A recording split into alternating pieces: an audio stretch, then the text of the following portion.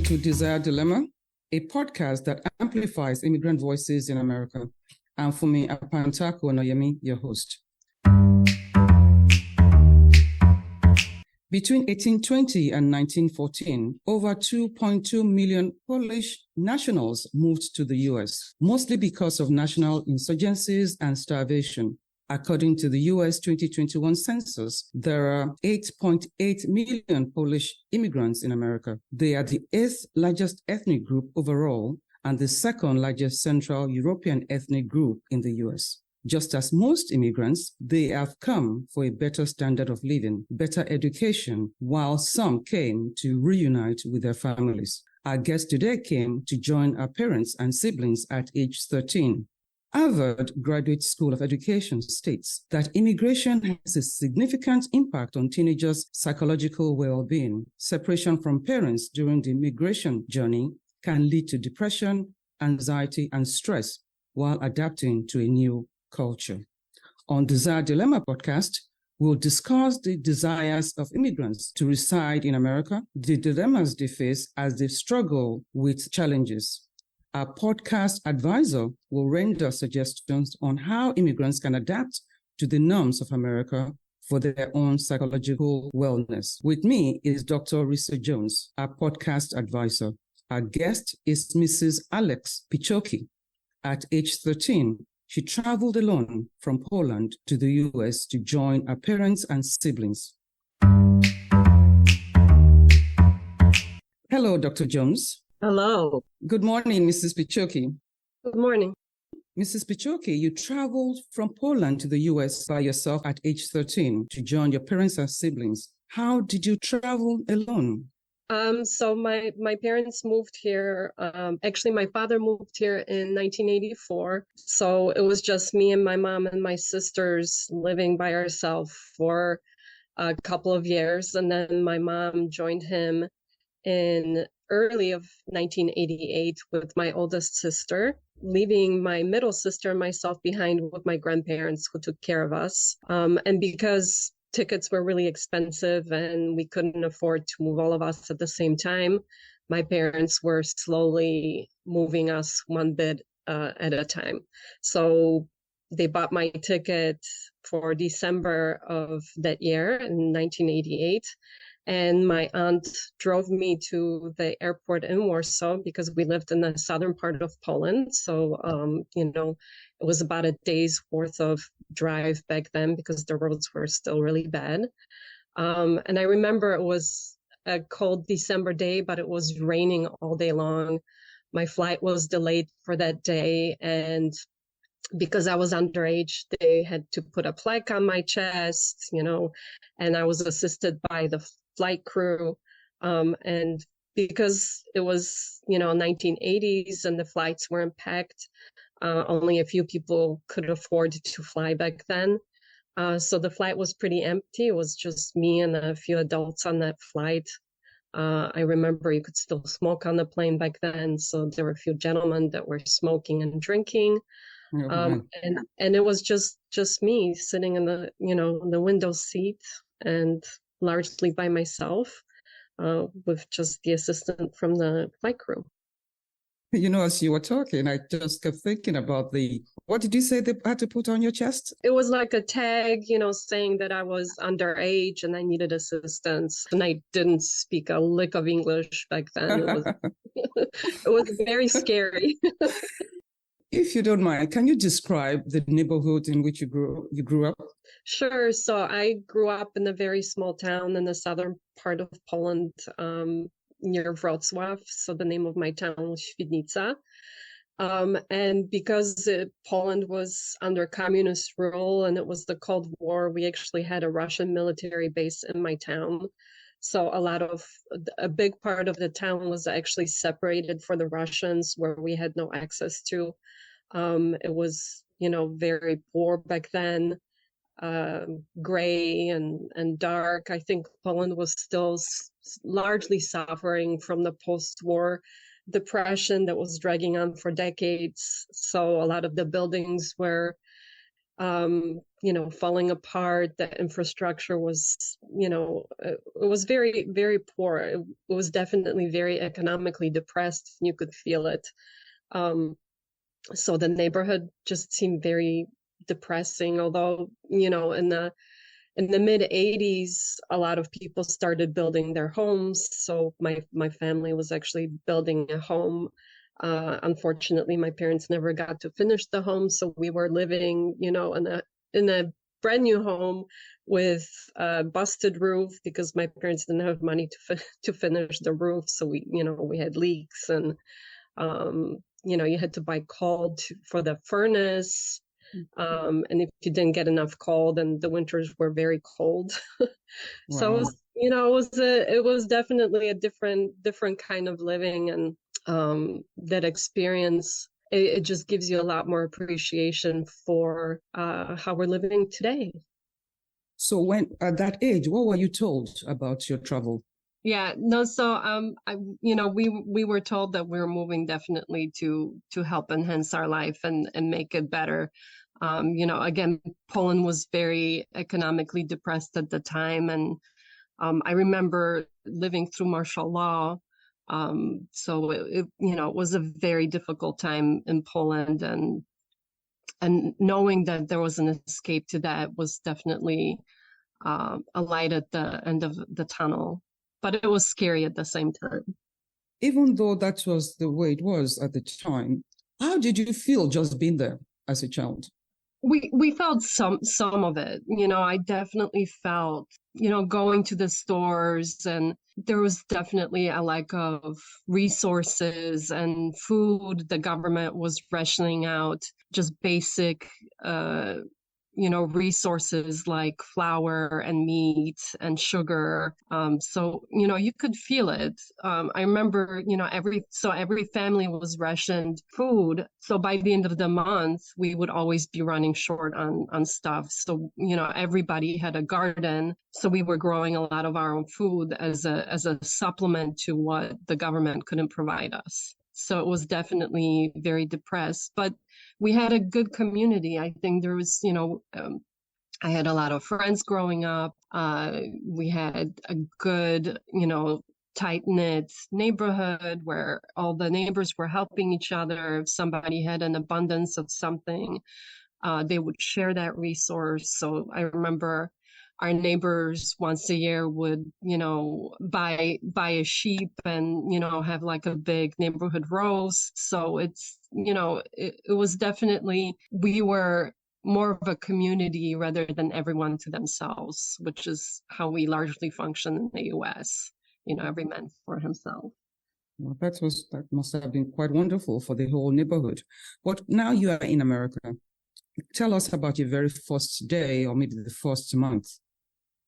It was really hard. Not knowing the language, it was extremely scary and difficult. And my parents made sure that we were in a neighborhood where, we were not really in the Polish community. So I was really thrown in the deep end of the water, and they enrolled me in the Catholic school where there were no Polish kids. So I was, I remember my first month it was just before Christmas. So it was, it was fun. I had a little bit of a break, but right after the Christmas break, my parents enrolled me in the school. And I remember my father just dropped me in front of the school and told me to go in. So I didn't really have that assistance of getting some help and not knowing the language. It was just extremely terrifying and scary.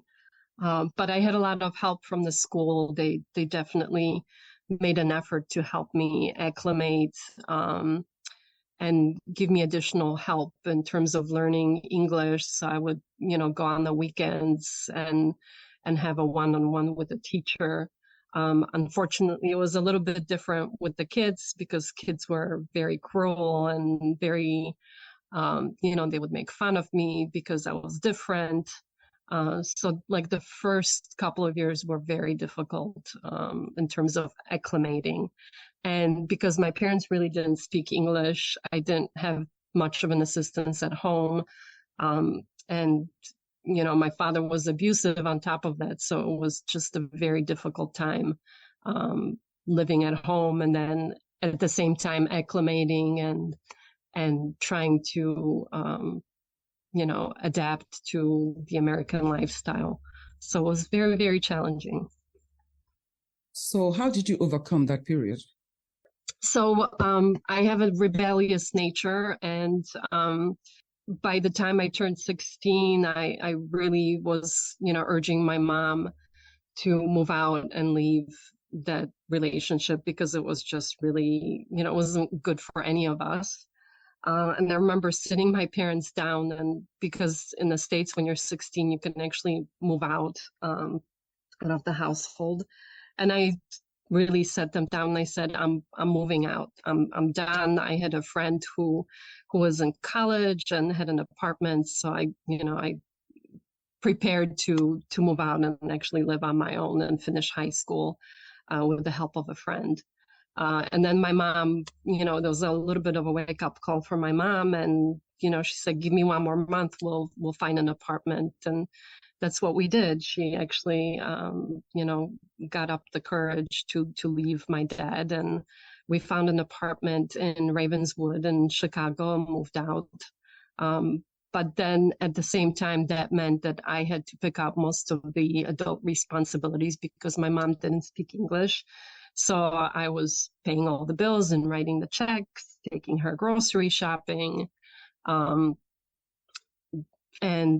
just really being the adult in that household, which was as a teenager going through high school, you're going through those changes, and then on top of that, having to be the adult in the room and take care of another adult and help get through that. So it was, those years were very challenging, and you actually got me to think a lot about that in the past few weeks. I never realized how much I took on to actually help my mom. And then when I turned 18, I was just really taxed and tired of having to take care of an adult, and I moved out, which forced my mom to really, pick up and start taking care of herself. And she actually took English lessons, and she was a seamstress working at a boutique, and she actually got a job at the Lyric Opera of Chicago as a costumer. So it helped her really, become the adult after me adulting for a bit. So I like to think that I helped her kind of push her in that direction and realize her best potential, because she was a really wonderful seamstress with an incredible talent, and she got to express that at the Lyric Opera. So I'm very proud of that. That's a beautiful story. So would you say that that experience actually changed the trajectory of your life? Absolutely. I had a lot of challenges growing up, but having lived that immigrant lifestyle, so I grew up, I started college, but didn't have money to finish college. So I got a nail tech license, and I was working at a nail shop in Lincoln Park. And because you have that immigrant work ethic, you're a workhorse. You're constantly pushing yourself and working really hard.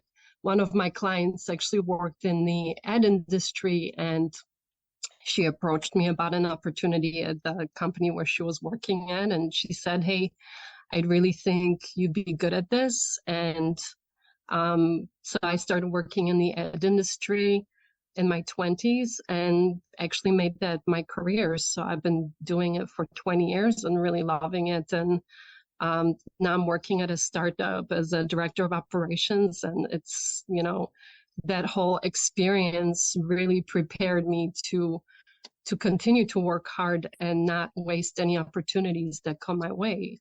So really making the most of the American dream and really pursuing and pushing myself. Bravo. Wow. Such a beautiful story, the way you just moved from one period of time in which everything was so down to the point in which you had support and now you're living the American dream. Beautiful story. Thank you. Yeah, thank you. So I want you to give me one positive experience that you've heard in America. I'm sure you've had so many, but give me one that you really think shaped your life even much more.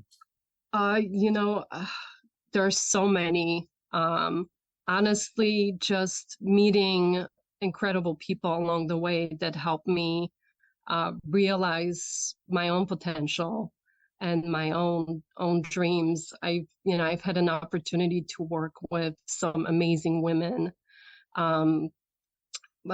For instance, my friend Kiki Powell, I remember working at an ad agency in Chicago, and my friend Kiki Powell was just an incredible mentor and someone who always, helped push me and really helped me overcome some of those challenges, especially in a working environment. But having that experience and being surrounded by women that really help you, encourage you, and really open up some doors. Those are opportunities that rarely come along. But being surrounded by people that provide that support is just incredible. So I'm lucky to have a really good group of friends where not only do we bounce different ideas off of each other, but support each other in those endeavors. It's really nice and refreshing. At a particular point, you returned to Poland. Yes. With your new family. Tell us about that experience.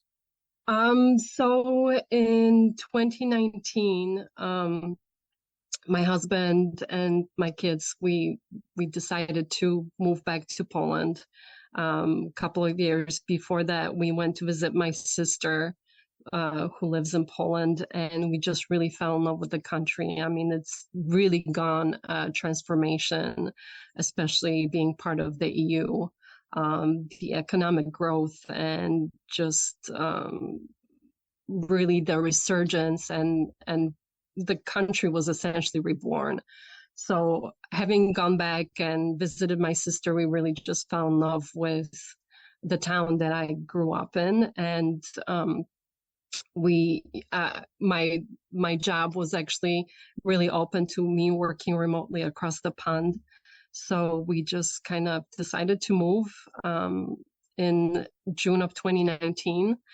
And we had a wonderful apartment. We actually had an apartment where there used to be the Russian barracks when I was growing up in Świdnica. The city was really nice and everything's been renovated. I had a lovely veggie shop, and I had a butcher and a bake shop, and it was just a small little town, right, sandwiched between the hills in Poland. So it was very beautiful and romantic. Unfortunately, it was just 6 months before COVID. So just as we were adapting to our new life, COVID hit, and everything just kind of tumbled. We actually moved with the intent to move there permanently, with the hopes of really making a life. We had plans to build a house, and we actually bought a piece of land. And then unfortunately COVID happened and everything just kind of toppled. And then the war in Ukraine broke out, which was very scary. But with the war in Ukraine, what was incredible to watch was how Poland did open itself up to those migrants who were escaping the war. I mean, it wasn't really the government that was opening up the country. It was really families and businesses who were supporting that effort. And it was just an incredible thing to witness, all the communities really railing and trying to take in the women and children that were escaping that conflict. Unfortunately for us, it got just a little too scary. So we decided to move back because of that conflict and the uncertainty. I mean, the news that was just coming out of Russia at that time was very disturbing. And, I'm not one to take chances, especially having lived through, a conflict of that magnitude, and just really wanting to protect my kids and making sure that we're not, in the way of conflict. Yes, well, I'm so sorry to hear that. That would have been just wonderful to stay and enjoy the people. You have two very, very, very wonderful boys. I was able to hear them the last time we spoke, and I know you're proud of them, no doubt. I want to understand what your thoughts are about their future in America. I hope their future is bright. They're very studious, so they like to study. But I think because they lived in Poland and they had that opportunity, I think their world perspective is definitely a little bit wider. And because I was able to get them their Polish citizenship, they're also EU citizens. So I'm hoping that they have the opportunity to decide for themselves where they want to live. The world is bigger. There are a lot more opportunities. But I'm not sure how I feel about America. I think the US has to have a little bit of a reflection on how we're moving forward. I think what's scary to me is all the gun violence. I mean, that scares me. I think that was partially why we wanted to move out of the country to begin with, was because of that gun violence. I mean, that what scared me was my kids having, active shooter drills at school. Nowhere else in the world do you experience that unless you're in a war zone. This is, there's something broken here in terms of that, and I think that needs to get addressed, and that scares me. Yeah, that's quite scary for all of us, actually, because you can't not tell where this will happen. In the past, we used to think that it will have to be in a big city, but as you can see in Maine, that was a very small town, and all of that happened. I just couldn't believe that they had such chaos in which they couldn't even control the situation. But what are you grateful for about America? I am grateful for the opportunities and the abundance of resources. I don't, one of the biggest things moving here, what people living here take for granted is the abundance of resources. You go to the store and the shelves are full. When you're living in a country that's depressed or that's going through a conflict, those resources are scarce. And, I think that's the biggest thing that I'm grateful for is having that access to those resources. It's incredible, and I'm grateful for that. Dr. Jones, how are you again? Oh, very good. I'm so appreciative to you, Alex, for sharing your story and giving us a snapshot of your life and experience. Thank you. I think from your story, Alex, and so many stories, you illuminate and illustrate both informal and formal coping strategies, as well as ways of using your strengths to succeed and prosper and connect. You know what I'm really impressed by? I couldn't believe that at age 16, she actually had the, I don't know what to say, guts, if I would, to sit your parents down and say, look, I want you to change for me, or I'm moving out. That was a very scary day. I remember shaking, but I knew that it was necessary. Like I just, I personally couldn't live in that toxic household. And I remember my mom would, she kept on promising me that she was going to move out, but I'm sure it was scary for her too, especially not knowing English and not knowing, how she was going to take care of herself and her kids. So I'm, looking retrospectively as a parent, I can't imagine how hard that must have been for her.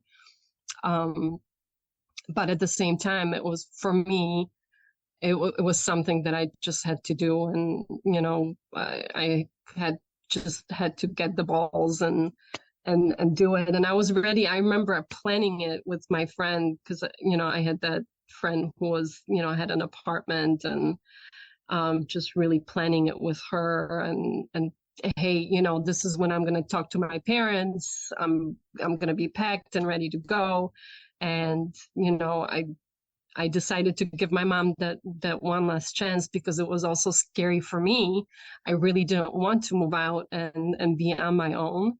So I'm grateful that my mom, really got her courage and decided to leave with me, which ended up being, a really, even though it was difficult, it was a good experience for both of us. Yes, as our host mentioned, not everyone has that wherewithal, that resilience, that strength, that wisdom and discernment at any age, let alone being a teenager. If you were going to pull from your experience and think about giving advice to maybe new immigrants who are challenged by both the compounding effects of an abusive household, as well as you mentioned that you were in a community that was non-Polish, so the language wasn't there. The school didn't have a Polish community. What advice would you give for families? You said, the U.S. is rich in resources. What would you now say to yourself or to somebody else in terms of accessing resources to support one moving through that kind of situation? Honestly, just try to seek help, or seek assistance from, whether it's friends or, I'm sure there are centers that offer some assistance to immigrants. Seek help, and you don't have to do it by yourself. It can be scary and daunting, especially when you're in abusive households, to do it on your own, and knowing that there can be help. You just have to find it. I mean, we have, the internet. It's at our fingertips. You can use your phone to search for help. Get that help, because it can go a long way, and people don't have to do it on their own. Whether it's seeking assistance for the abuse, or seeking assistance as an immigrant, or finding that community, it's really important, and understanding that you can lean on other people to help you get through the difficult stuff. Yes, and I think more and more social services and therapeutic services are becoming more culturally relevant, and culturally have the cultural humility to appreciate the complexity of people's lives, like you shared with us, that it wasn't just one thing, it was many things that you were dealing with. And so I think when people seek out those services, it's so important that they find the fit and the match. And like you said, there are resources that exist, and that just like you did, by thinking about what you want in your life, just as the same reason why your family moved, what they wanted in their life, you can be a self-advocate and really look at your own experiences. So at this time, I just want to thank you so much for your advice, Dr. Jones. Mrs. Piechoki, I can't tell you that I would like to know more. I mean, you've told us so much about you. I don't know whether this is the time to say we are so proud of you. Thank you. Because this is a beautiful American story, in truth, that a lot of people come and they just can't overcome, which is quite sad to know that you were able to do that at a teenage period of your life. Just unbelievable. And we're just happy to have you here to hear your story, and to know that many people can take from your story and apply to what they're going through today. To our audience, thank you all for listening to our podcast on immigrants' desires to come to America and their dilemmas in staying in America. We hope that this information has been helpful and informative. Join us again next Friday as we bring you our next episode of Desire Dilemma, a podcast that amplifies immigrant voices in America. Please like, share, and subscribe to our podcast on YouTube. Feel free to contact us on desire.dilemma@gmail.com. Thank you and have a wonderful rest of your day.